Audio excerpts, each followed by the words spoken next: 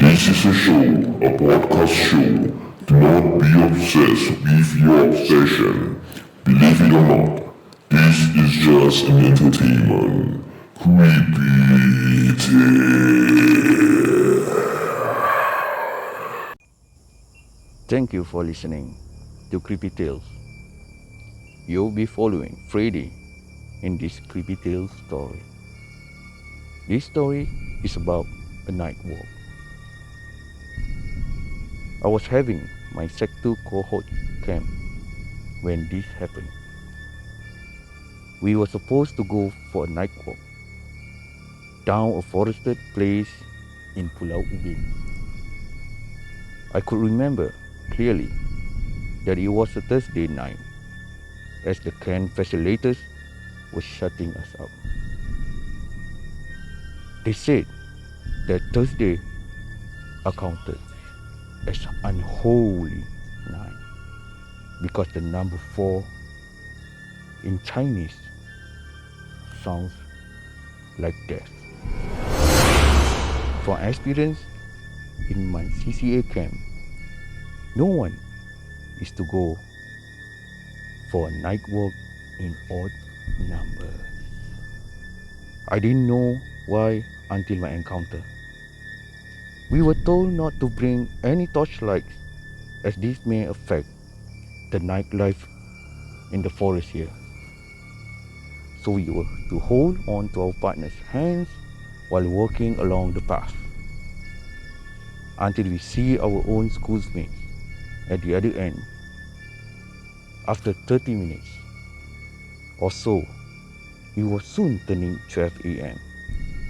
To quicken things, the camp facilitators decided to let us walk in 3s instead of 2. One of my partners, P, was scared of the dark, so I had to switch place with her to stand at the side, and 3 of us held hands as we walked along the path. I was mocking at her, being afraid of the dark. Suddenly, I saw lots of white figure with long hair covering the face at both sides of the path. At first, I thought it was just some lightings that the camp facilitators had brought along to scare us. I was smiling as we continued down the path where more and more white figures were seen. A cold breeze blew towards me, sensing something was not right. I squeezed P's hands and asked, "Did you see what I see?" P answered, "What do you see?" My other partner Jay replied, "What happened? What you saw? Don't scare me." "We want to scare them as the path was long," I said. "Never mind. Forget about my question. I'll tell you later." I didn't dare to look back, as it's a warning given in these ghost shows. That night, after the night walk, many people who went in the trees for night walk had claimed to have seen things. But after all, you wouldn't dare to say anything about this anymore. Thank you again for listening to Creepy Tales. If you have any stories, please email at creepytalestrioz@gmail.com. creepytalestrioz@gmail.com. Thank you very much.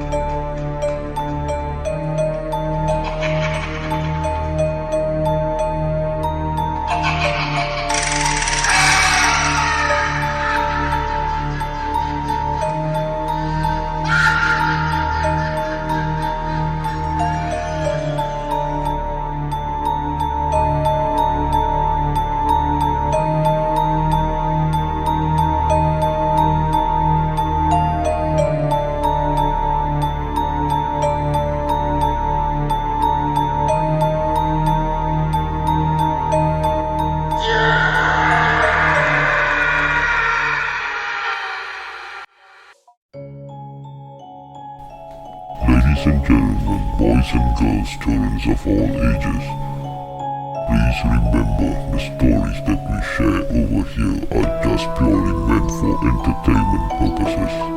Do not at any time take this seriously. And remember, always listen to Creepy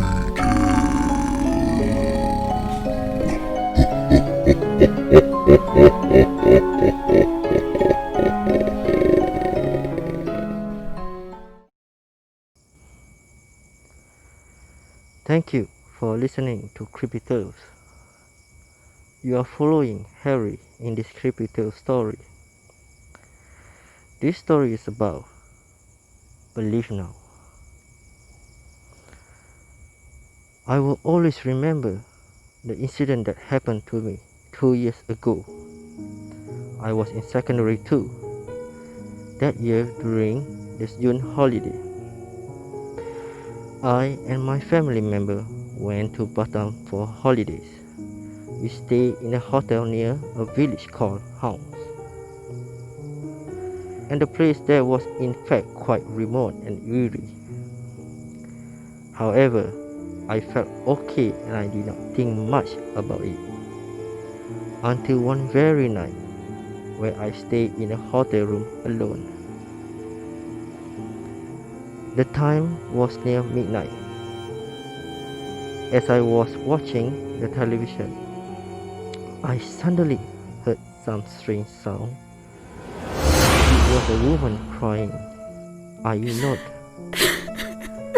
The very next moment, a white figure suddenly flashed through the screen quickly. My heart started to beat faster and my hands started to shake. A soft music filled the room after that. It became louder and louder. I was even more afraid than because I did not turn on the radio and the TV I was watching then was a drama serial. Just then, I saw a woman's head flying past the window screen. Her eyes was bloodshotting and her face looked horrible. It was too scary and I could not take it anymore. Thus, I ran down to the counter and waited for my parents to return. While waiting, the flying head flashed in my mind again and again. I was too shocked. Finally, my parents returned and I told them about it, but they just ignored me. Yet, I feel that the feeling was too close and the incident was too true and clear.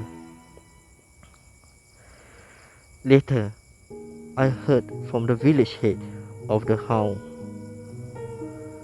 that once there was a pretty lady who was raped and killed by her brother-in-law.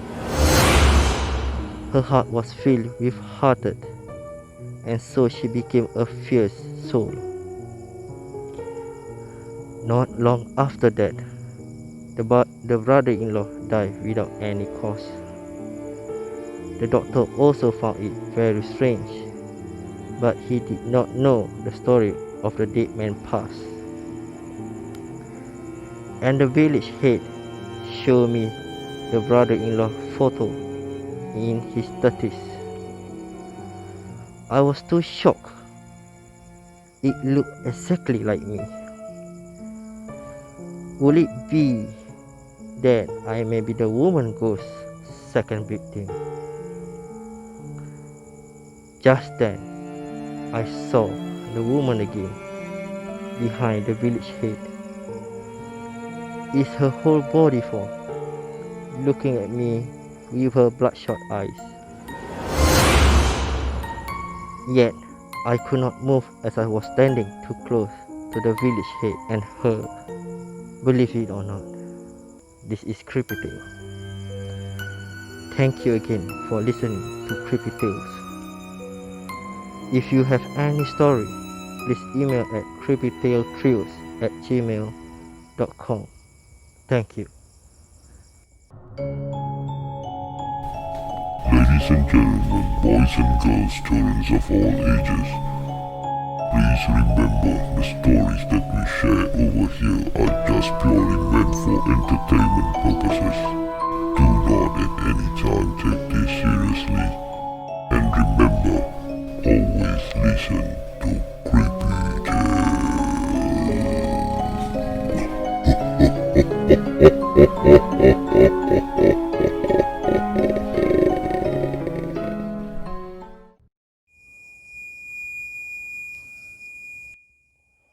Good evening, ladies and gentlemen. Thank you for tuning in with me, Mr. S, in Creepy Tales. Do like and share our channel, Creepy Tales. Well, today we are in location somewhere in the eastern side of Singapore. Well, this is a short story heard from a close friend of mine. He was celebrating his birthday, booked a chalet at Pasir resort with his poly friends. As I wasn't free that day due to not feeling well, I did not attend the chalet. To cut the story short, after the celebration, they decided to go for ghost hunting that night, which is about 1 a.m. in the morning. At Pasir Park, the mangrove swamp, as it was told to be haunted. There was a total of 10 people.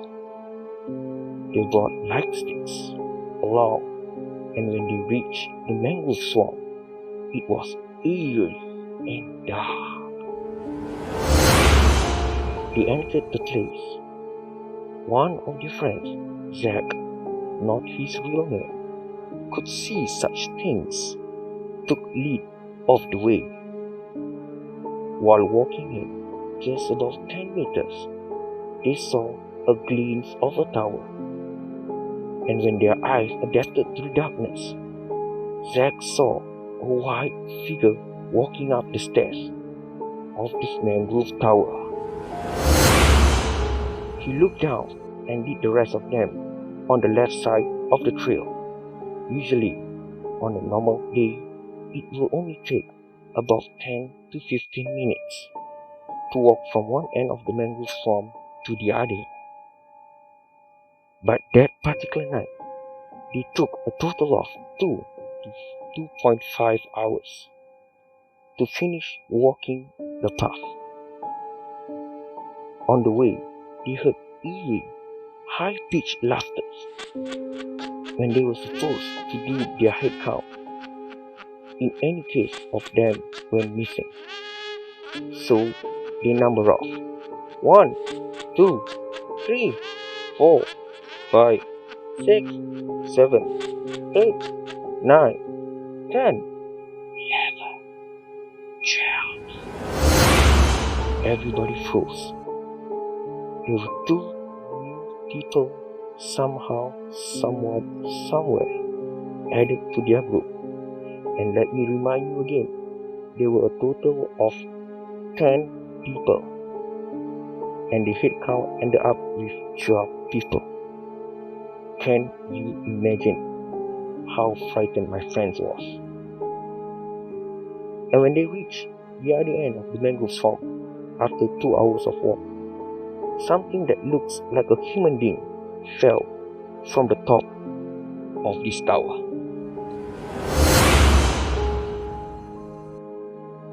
The 2 guys who can see such things, Zach for instance, later told them that it was the same figure they saw when they entered the tower earlier.